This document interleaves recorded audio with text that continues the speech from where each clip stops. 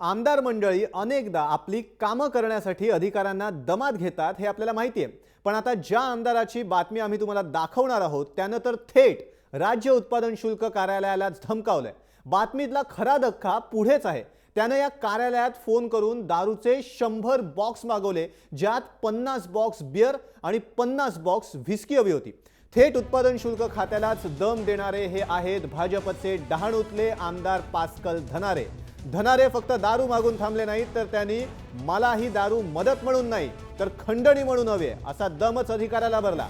नाहीतर मी नाराज होईन आणि मंत्र्यांकडे तक्रार करेन अशी तंबीही दिली। या प्रकारानंतर डहाणूतल्या उत्पादन शुल्क कार्यालयातले निरीक्षक जयवंत पाटील यांनी खात्याच्या राज्य अधीक्षकांना पत्र लिहून कार्यालयातले कर्मचारी भयभीत झालेत आणि अशा आमदारांना समज द्यावी अशी मागणी केली आहे। एकीकडे स्वच्छ प्रतिमेचे पंतप्रधान, स्वच्छ प्रतिमेचे मुख्यमंत्री, पण दुसरीकडे याच भाजपच्या आमदाराच्या खंडणीखोरीमुळे पंतप्रधान मुख्यमंत्र्यांची स्वच्छ प्रतिमा खराब होतीये।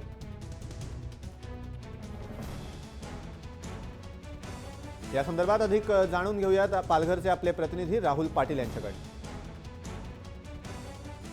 डहाणू विधानसभेचे भाजपचे जे आमदार आहेत पास्कल धनारे त्यांच्या अडचणीत वाढ झालेली आहे। मागील महिन्यात 27 तारीखला तलासरी ही जी नगरपंचायत नवनिर्वाचित नगरपंचायत आहे त्याचं इलेक्शन होतं। त्या इलेक्शनच्या वेळेस पास्कल धनारे जे आहेत भाजपचे आमदार त्यांनी जे डहाणू उत्पादन शुल्क विभाग आहे त्यांच्याकडून काही दारू मागितल्याचा आरोप जो आहे तो उत्पादन शुल्क विभागाने केलेला आहे। तसं पत्र जे आहे ते डहाणू उत्पादन शुल्क विभागाने पालघरचे जे त्यांचे डहाणू उत्पादन शुल्क विभागाचे अधीक्षक आहेत त्यांना दिलेले आहे की एकूणच इथल्या लोकप्रतिनिधींकडून आम्हाला त्रास होतो, आमच्याकडून वारंवार काही ना काही मागण्या केल्या जातात, त्याच्यामुळे जे इथले कर्मचारी आहेत किंवा अधिकारी आहेत त्यांच्या मनात एक भीतीचं वातावरण निर्माण झालेलं आहे आणि त्याच्यामुळे याच्यावरती काहीतरी उपाययोजना करावी अशी मागणी जी आहे ती या पत्राद्वारे डहाणूचे उत्पादन शुल्क विभागाचे निरीक्षक जे आहेत जयवंत पाटील यांनी आपल्या वरिष्ठांकडे केलेले। एकूणच मोदी कितीही जरी बोलत असले की भ्रष्टाचार मुक्त भारत झाला पाहिजे, मात्र त्यांच्याच भाजपचे जे आमदार आहेत पास्कल धनारे त्यांनी ते अशा प्रकारे जर अधिकाऱ्यांकडून मागण्या करत असतील तर एकूणच मोदींचं जे स्वप्न आहे भ्रष्टाचार मुक्त भारत ते कधी पूर्ण होईल हाच एक खरा प्रश्न आहे। दरम्यान आमदार पास्कल धनारेंनी हे सगळे आरोप फेटाळलेले आहेत आणि मंगळवारी संबंधित अधिकाऱ्यांविरोधात हक्कभंग आणणार असं त्यांनी म्हटलंय। बद्दल तुमचं काय मत आहे? तुम्ही असं काही संवाद झाला जयंत पाटीलांना मी ओळखता? मी त्या जयंत पाटीलांना जयवंत पाटीलांना मी ओळखतसुद्धा नाही। ते कधी आले डहाणूला इथे आणि तिथे एक्साईज ऑफिस त्यांचं ते कधी त्याच्यात ते बसतात हे सुद्धा माहीत नाही आणि त्यांनी ते पत्र दिलं काय नाही दिलं हे सुद्धा माहीत नाही। जेव्हा ते इथे तुमच्याच मीडियावाल्याने सांगितलं आमदार साहेब हे तुमचं काहीतरी असं व्हायरल होत आहे, तर ते मी बघितलं ह्याच्यावर आणि इलेक्शनचं दाखवतं। इलेक्शनच्या कारकिर्दीत त्यांनी मी त्यांच्याकडे मागणी केली असं मला त्याच्यात दाखवलं। इलेक्शन उलटून आता आजचं 11 दिवस झाला, तर त्याच्यात त्यांनी ते पहिलेच व्हायरल करायला पाहिजे होते। त्यांनी आपल्या वरिष्ठ अधिकाऱ्याकडे जी तक्रार केली त्या पत्रामध्ये लिहिलं की तुम्ही त्यांना धमकी दिली आणि त्यांना असं म्हटलं की तुम्ही बदलीची म्हणजे एक प्रकारे खंडणी समजा असं तुम्ही उल्लेख केला। मी कुणाच्या बदलीची पण नाही खंडणीची पण नाही। मी आदिवासी आमदार आहे, परंतु सुशिक्षित आमदार आहे।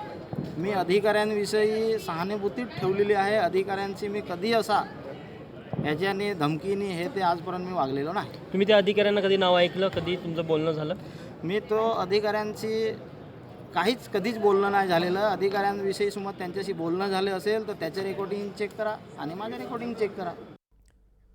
दरम्यान जय महाराष्ट्राच्या या बातमीची राज्य सरकारनं दखल घेतली आहे। आमदार दमदाटी प्रकरणी तक्रार आल्यास चौकशी करून योग्य ती कारवाई करू असं आश्वासन उत्पादन शुल्क राज्यमंत्री विजय देशमुख यांनी दिले। त्यांच्याशी अधिक बातचीत केली आपले प्रतिनिधी तुषार कोहळे यांनी।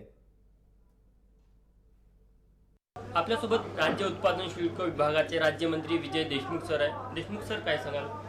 एका आमदारासंदर्भात डहाणूचे जे आमदार अशी तक्रार आली आहे की त्यांनी कुठेतरी एका अधिकाऱ्याला धमकावलं की तुम्ही निवडणुकीसाठी दारू पाठवा अन्यथा तुमची बदली करू।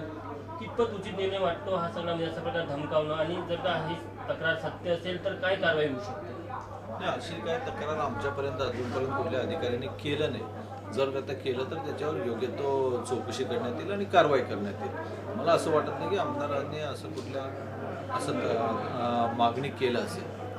पण अशा अधिकाऱ्यांना धमकावलं जातं, अधिकाऱ्यांनी स्वतः लेखी तक्रार आपल्या वरिष्ठ अधिकाऱ्यांकडे दिलेली आहे, तर या संदर्भात जर का काही कारवाई करायची गरज पडल्यास चौकशी होऊन काही चौकशी समिती स्थापन होऊ शकते? अजूनपर्यंत तक्रार ऑफिसली आलं नाही आहे. जर का त्या तक्रारने अधिकाऱ्यांनी आमच्यापर्यंत तक्रार पाठवलं तर त्याची योग्य ती चौकशी करण्यात येईल. धन्यवाद सर. तर आपण बघू शकतो की जर का अशा संदर्भातली तक्रार विभागाकडे आली, मंत्रालयाकडे आली तर त्या संदर्भात चौकशी होऊ शकते, अशी माहिती या विभागाचे राज्यमंत्री विजय देशमुख सर यांनी दिलेली आहे. कॅमेरामॅन सागरसह तुषार कोहळे, जय महाराष्ट्र न्यूज, नागपूर.